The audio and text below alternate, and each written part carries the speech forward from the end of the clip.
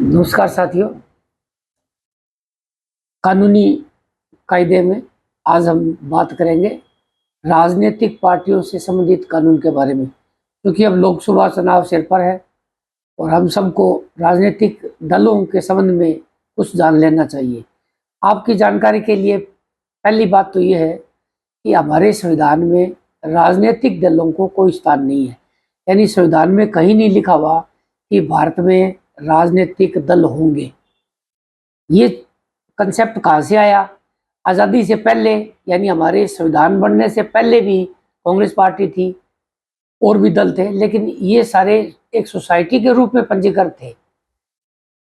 1951 में हमने भारत में जनप्रतिनिधित्व कानून बनाया और इसमें पहली बार राजनीतिक दलों के बारे में जिक्र हुआ और 1989 यानी 1989 में इस अधिनियम में एक चैप्टर 4A जोड़ा गया और उसके पश्चात राजनीतिक दलों को निर्वाचन आयोग के यहाँ पंजीकरण करवाना आवश्यक हो गया। अब हमारे जो भी राजनीतिक दल है उन सब का हमारे निर्वाचन आयोग में पंजीकरण होता है।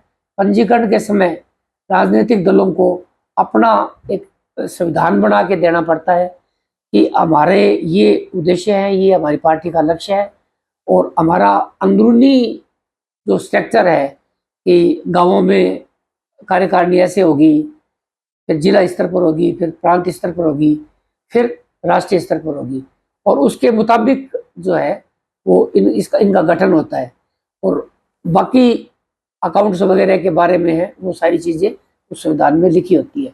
हम बात कर रहे हैं राजनीतिक दलों के आचरण के बारे में। यानी एक आप गंभीरता से सोचेंगे कि हम आज किसी पार्टी को वोट देते हैं, हम किसी पार्टी के उम्मीदवार को, तो हम ये सोच कर देते हैं कि वो राजनीतिक पार्टी अपने संविधान में लिखे हुए अपने आदर्शों के प्रति कटिबद्ध है और उसके अनुसार वो कार्य करेगी। लेकिन धरातल पर क्या ऐसा हो रहा है? अभी जो आप देख रहे हैं कि कांग्रेस वाले बीजेपी में जा रहे हैं, बीजेपी वाले कांग्रेस में जा रहे हैं, तो जो लोग कल तक कांग्रेस में थे, कल तक उनकी विचारधारा थी कांग्रेस के संविधान के मुताबिक, और वो आदमी एक दिन में ही बीजेपी में आ गए और उनकी विचारधारा बदल थोड़ी जाएगी कोई एक दिन में। तो हम जो मतदान करते हैं, अगर हम पार्टी को देखकर करते हैं तो हमारा मतदान तो सही हुआ ही नहीं, क्योंकि चुनने के बाद या निर्दलीय है वो लोग किस पार्टी में चले जाएंगे। हो सकता है हम एक ऐसे उम्मीदवार को वोट कर रहे हैं जो जीतने के बाद एक ऐसी राजनीतिक दल को सपोर्ट कर दे जिनके सिद्धांतों से हम सहमत नहीं है।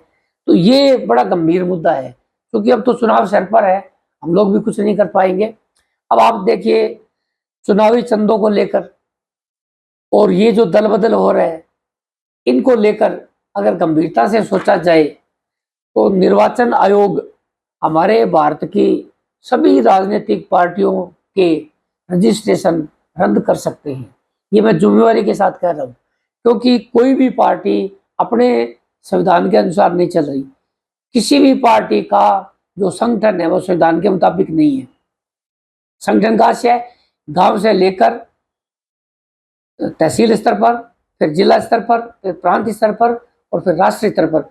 जो सभी पार्टियों के, एक पार्टी नहीं सभी पार्टियों के संविधान में जो बातें लिखी हुई है उसके अनुसार न तो निर्वाचन होते हैं और नई इकाई बने। और हमारे निर्वाचन आयोग को पूरा अधिकार है, अगर ऐसे सारी पार्टियों का अंदरूनी उनमें प्रजातंत्र नहीं है, अंदरूनी स्ट्रक्चर उनकी खुद की पार्टी के संविधान के अनुसार नहीं है, तो इनकी मान्यता रद्द की जा सकती है।